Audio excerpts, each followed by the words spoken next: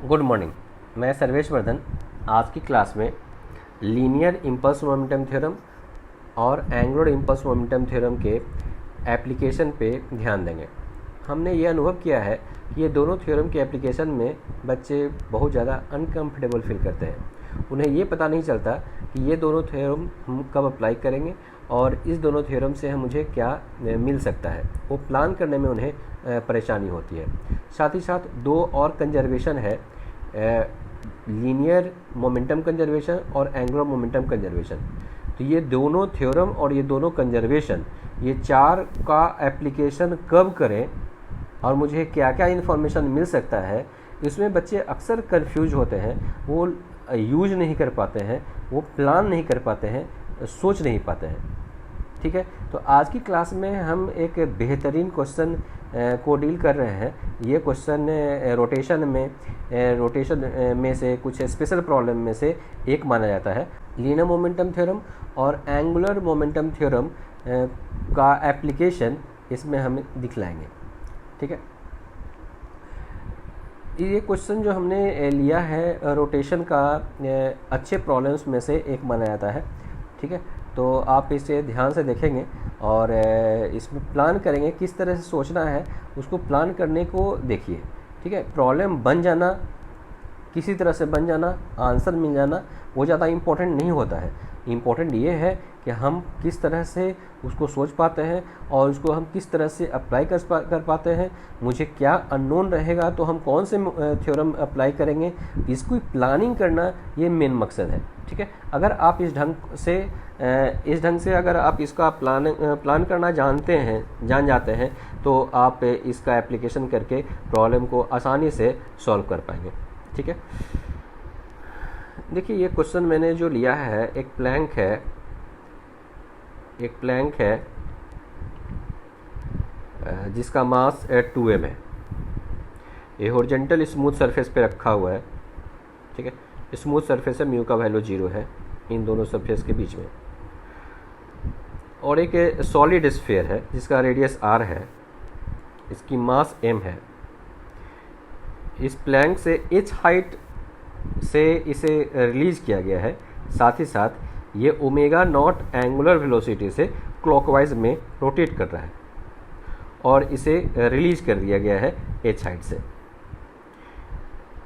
जब ये कोलाइड करेगा इस प्लैंक के साथ, तो कोलिजन के बाद तो मुझे फाइंड करना क्या है, वेलोसिटी ऑफ ए स्फीयर और प्लैंक की वेलोसिटी आफ्टर कोलिजन, और साथ ही साथ सॉलिड स्फीयर का एंगुलर वेलोसिटी। ठीक है, इस स्फीयर और प्लैंक के बीच में कोफिशिएंट रेस्टिट्यूशन की वैल्यू E गिवन है। ठीक है, अब ऐसे प्रॉब्लम्स को डील करने में हम लोग क्या करते हैं, ये दोनों जब ये स्फीयर और प्लैंक जब दोनों कोलाइड करता है तो कोलिजन का टाइम बहुत कम होता है और उतने कम समय में जो फोर्स ऑपरेट होता है वो बहुत अधिक होता है। और वो फोर्स किसी बॉडी पर, जैसे स्फीयर पे टॉर्क डेवलप भी करता है, तो ये फोर्स और टॉर्क के वजह से बॉडी की वेलोसिटी में चेंज आता है और साथ ही साथ एंगुलर वेलोसिटी में भी चेंज आता है उस छोटे से टाइम इंटरवल में। तो हम जितनी भी कैलकुलेशन करेंगे हम उसी छोटे से टाइम इंटरवल में हम बात करेंगे। तो हम क्या करते हैं, कोलिजन से जस्ट पहले और ड्यूरिंग कोलिजन और कोलिजन के जस्ट बाद ये तीनों फिगर हम प्लॉट करते हैं और देखते हैं कि क्या दिया हुआ है, कौन कौन से फोर्स ऑपरेट कर रहे हैं, उसको हम पहले पता लगाते हैं।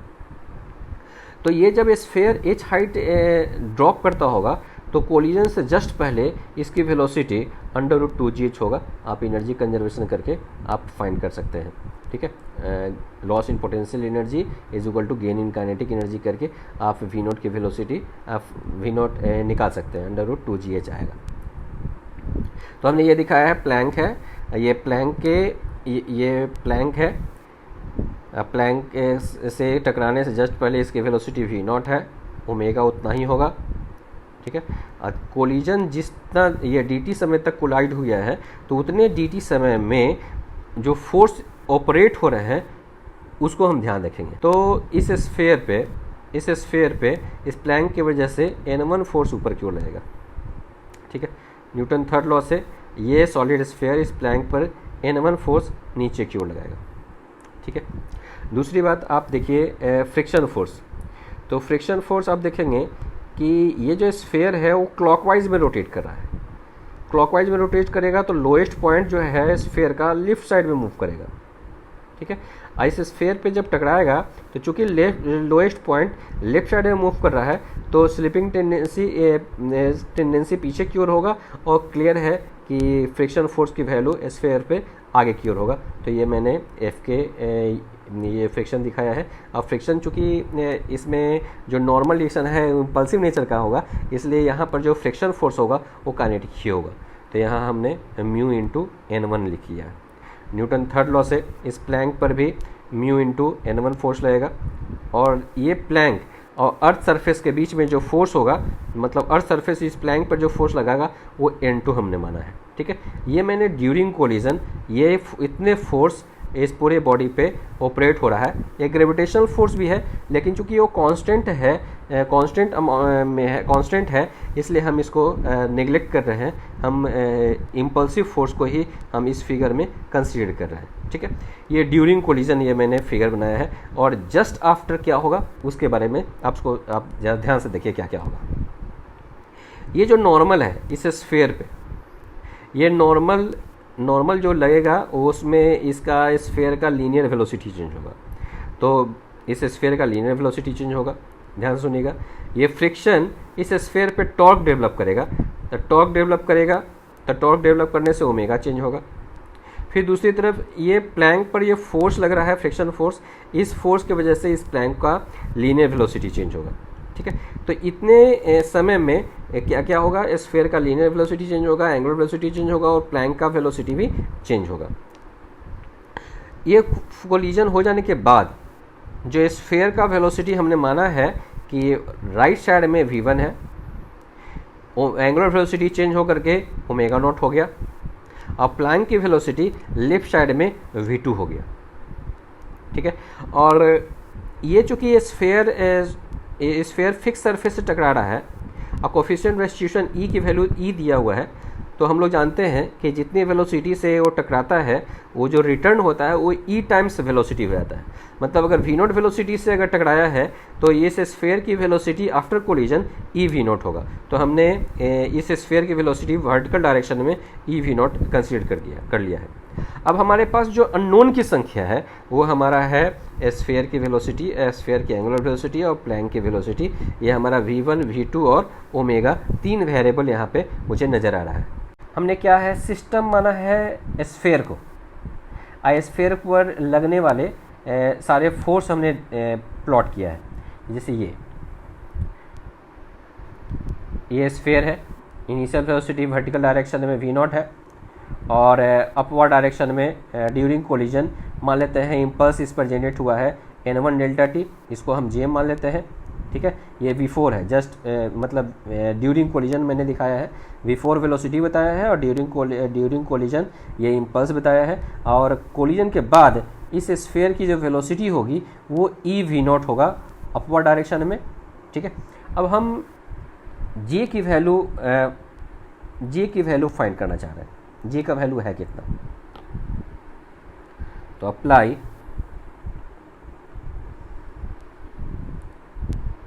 Linear impulse momentum theorem. Linear impulse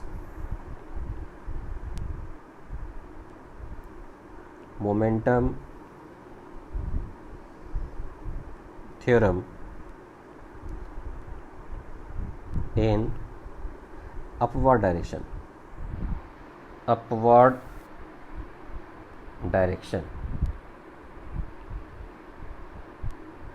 जानते हैं J is equal to change in momentum m v final minus m v initial. ऊपर की तरफ हम मान लेते हैं पॉजिटिव, ऊपर की तरफ इम्पल्स का वैल्यू हमारा होगा n delta T is equal to mass into final velocity जो होगा वो होगा E v naught minus m, और इनिशियल वेलोसिटी है डाउनवर्ड डायरेक्शन में, लेकिन हमने ऊपर की ओर पॉजिटिव माना है, इसलिए माइनस वी नॉट यहाँ पर कंसिडर करेंगे और हमारे वैल्यू होगा N delta T is equal to M V naught 1 plus E. तो यहाँ से नॉर्मल फोर्स की वजह से इम्पल्स की वैल्यू ये हमें मिल गया। अब ध्यान से देखिएगा, क्वेश्चन में फिगर में देखिएगा कि जितना भी ये स्फेयर है, प्लैंक है, उसमें सब में जो फोर्स है ना वो एन के टर्म में ही है। अगर हम लीनियर मोमेंटम थ्योरम अगर अप्लाई करते हैं, अगर हम इस स्फेयर के लिए apply impulse momentum theorem in horizontal direction, J को हम लोग लिख सकते हैं म्यू n1, ये फ्रिक्शन फोर्स हुआ, डेल्टा टी से मल्टीप्लाई कर दिया तो इम्पल्स ड्यू टू फ्रिक्शन हो गया, is equal to mass final velocity v1 minus m initial velocity horizontal direction में 0। ठीक है, तो म्यू n1 डेल्टा टी का वैल्यू अभी हमने कैलकुलेट किया है, n1 डेल्टा टी का वैल्यू हमने कैलकुलेट किया है, कितना आया, M V naught 1 plus E. तो यहाँ से M V naught 1 plus E is equal to M V one, M cut जाएगा और वी वन का वैल्यू आएगा mu V naught 1 plus E. यहाँ से वी वन का वैल्यू मुझे मिल गया स्फीयर का, जस्ट आफ्टर कोलिजन इस स्फीयर की वेलोसिटी इतनी होगी। ठीक है, अब हम angular impulse momentum theorem apply कर रहे हैं स्फीयर के लिए ताकि ओमेगा आ जाए, क्योंकि एंगुलर इम्पल्स मोमेंटम थ्योरम में ही ओमेगा का टर्म आएगा। तो अप्लाई करते हैं एंगुलर इम्पल्स मोमेंटम थ्योरम। ठीक है, about centre of mass find करते हैं। तो इस सेंटर के, ये जो स्फीयर है, स्फीयर के सेंटर के बगल में अगर हम बैठ जाते हैं और अगर angular impulse momentum theorem apply करेंगे तो हमारा होगा, देखिए टॉर्क की पहले वैल्यू लिख लीजिए, म्यू n1 r, ये हो गया टॉर्क, डेल्टा टी से मल्टीप्लाई कर दिया, चेंज इन मोमेंटम लिखना है तो ट्रांसलेशन वाला तो ख़त्म हो जाएगा, हमको जो लिखना है वो इस तरह से, change in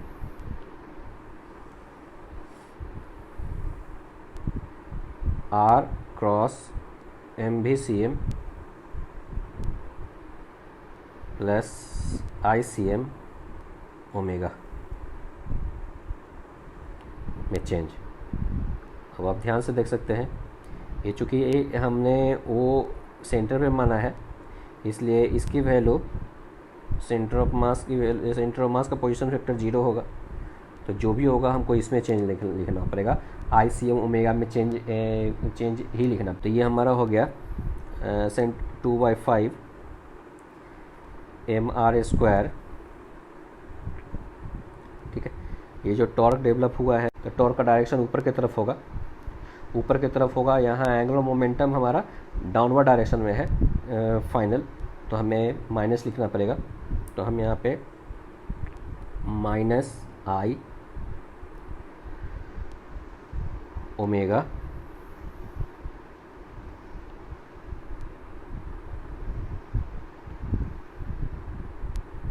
minus 2/5 mr² omega naught. तो ये हो गया 2/5 mr² omega naught minus omega, ये वैल्यू होगा। और फिर हम क्या करते हैं, म्यू आर तो यहाँ से कट जाएगा, एन डेल्टा टी का वैल्यू पुट कर देंगे, तो M V naught 1 plus E is equal to 2/5।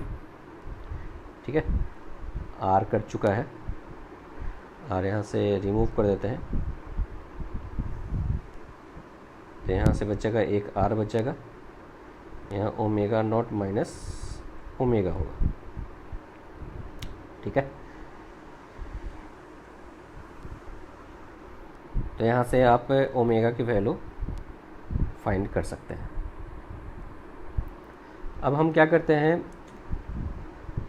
Planck का वेलोसिटी फाइंड करने के लिए हम लोग प्लैंक के लिए लीनियर मोमेंटम थ्योरम अप्लाई करते हैं। तो linear impulse momentum theorem apply करेंगे तो J is equal to M V final minus M V initial. Left side में हम पॉजिटिव मान रहे हैं, तो ये हमारा होगा जाएगा mu n1 delta T is equal to M final velocity v2 minus M initial velocity 0 है। म्यू n1 डेल्टा टी का वैल्यू अभी आया था M V naught 1 plus E is equal to 2m v2 होगा, क्योंकि प्लैंक का मास 2m है। तो v2 इज इक्वल टू आ गया mu V naught 1 plus E by 2। ठीक है, हम लोगों को कैलकुलेट हो चुका v1 ओमेगा और v2 की वैल्यू हम लोग फाइंड कर चुके हैं। अब कभी कभार अगर पूछता है कि इस n2 इम्पल्स की वैल्यू बताइए, कि जो अर्थ सरफेस इस प्लैंक पर कितना इम्पल्स दिया है, तो हम प्लैंक के लिए हम लोग वर्टिकल डायरेक्शन में आप देख सकते हैं इम्पल्स ऐसा लिख सकते हैं, impulse between plank and earth surface, earth surface. तो क्लियर है कि जो प्लैंक पे जो फोर्स लग रहा है ये होगा n2 डेल्टा टी, और ये इम्पल्स लग रहा है n1 डेल्टा टी। ठीक है, ये J2 मैंने कहा है और ये हमारा J है। ठीक है, तो हम क्लियर है कि इस प्लैंक को कुछ हुआ नहीं वर्टिकल डायरेक्शन में, वेलोसिटी में कोई चेंज है नहीं, क्लियर है। तो हम यहाँ से लिख सकते हैं J2 net impulse J2 minus J1 is equal to 0। J2 is equal to आ गया J, और J का वैल्यू हम लोग निकाले थे एम वी नॉट 1 प्लस ई। इस तरह से हम ये सारे प्रॉब्लम्स को डील कर सकते हैं। तो आप ऐसे प्रॉब्लम्स को आप ध्यान से देखिएगा। ये रोटेशन का सबसे लास्ट में ये प्रॉब्लम आता है, और ऐसे ही प्रॉब्लम्स में मतलब जी एडवांस में प्रॉब्लम पूछा जाता है। ठीक है, ओके, थैंक यू।